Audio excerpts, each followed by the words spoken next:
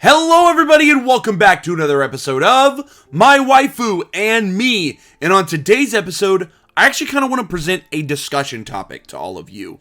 And that is on this concept of mid, right? It's something that pretty much anyone who's been in the manga community over the last year or 2 years has heard someone utter about their favorite series, right?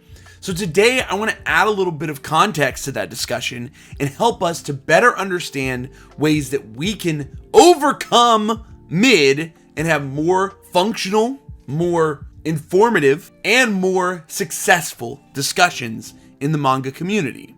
Fairy tale is mid. This is a phrase that I myself am guilty of saying many times over the last few years. It's a very oversimplified attempt to express as quickly as possible to whoever I'm speaking to that I, Jerry, am not a fan of one of the biggest shonen manga of all time. It's probably a phrase that you, dear viewer, have heard uttered about your favorite series many times in discourse on Twitter, in YouTube comments, in Discord communities over the last year or two. Because the way that we talk in the anime community has devolved into just that. Your favorite anime is mid. And if that's the reason why you clicked into this video, because I said that, then you're in the right place. Because you've definitely heard it, I've heard it, but now, let's try to break it apart.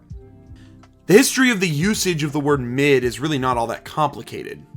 It seems like it really got dragged into the anime community sometime in 2020 and the onset of the pandemic.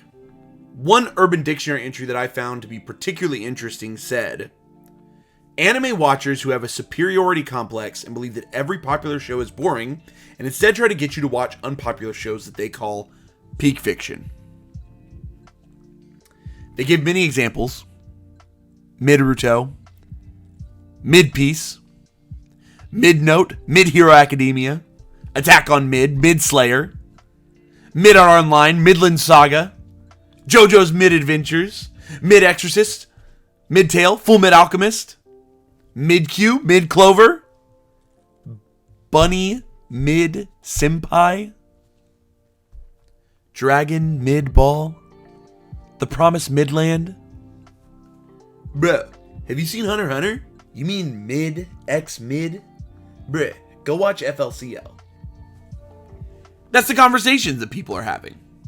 There are some other definitions that are roaming around on Urban Dictionary. Some related to marijuana, and there's one entry that I particularly like where it just says that the definition of the word mid is the anime Fire Force. So all of you Fire Force fans out there, this one's for you.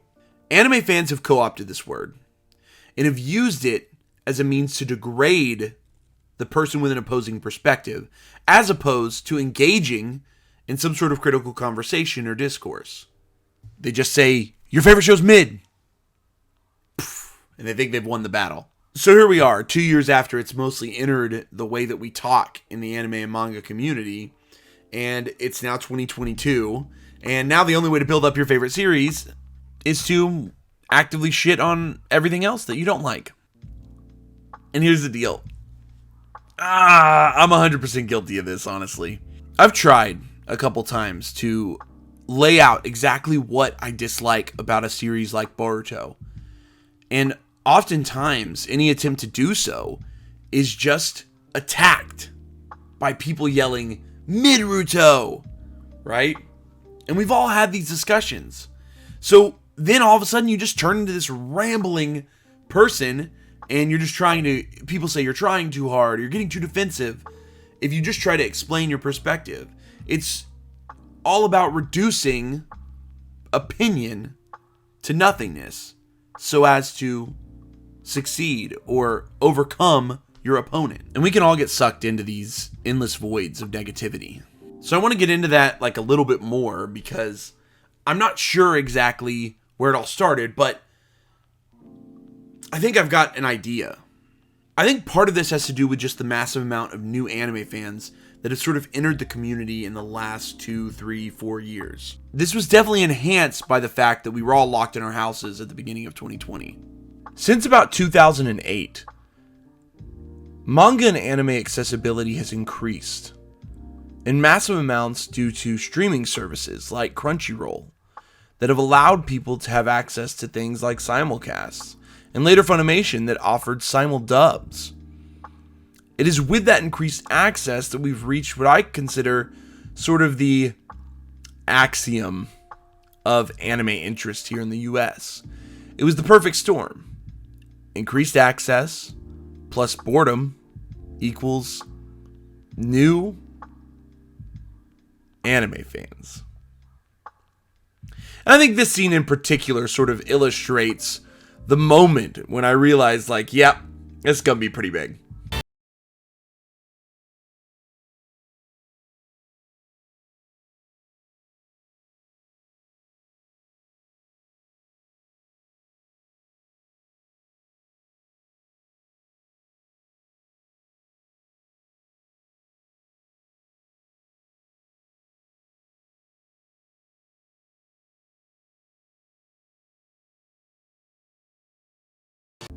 So I think that as that happened, a portion of the old guard kind of got triggered. Oh yeah, I said it, triggered. And they started to sort of take up arms and defend the gates against these new fans that were rushing in with only a small amount of interest and even catalog of anime that they had viewed. I might call this the Great Anime Wars of 2020-2021. And I think that discussion that started to occur is actually a little bit reflective of things that were happening outside of the anime community at the same time. Especially for those living in the US, you know that discourse between people on opposing views was growing more and more distant with each passing day. So a lot of the conversations we were seeing on Twitter, this usage of the word mid, it was becoming reflective of many of the conversations that were happening at a larger scale. And honestly, anime and manga fans, and many of you can attest, we've been having some of these sort of pissing contests for ever in this space and in this community. But I think it all just boils back to that accessibility component. With more accessibility, there's just more discourse.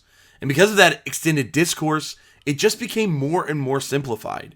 Some of our social media even kind of forces that oversimplification. Things like Twitter that have character limits.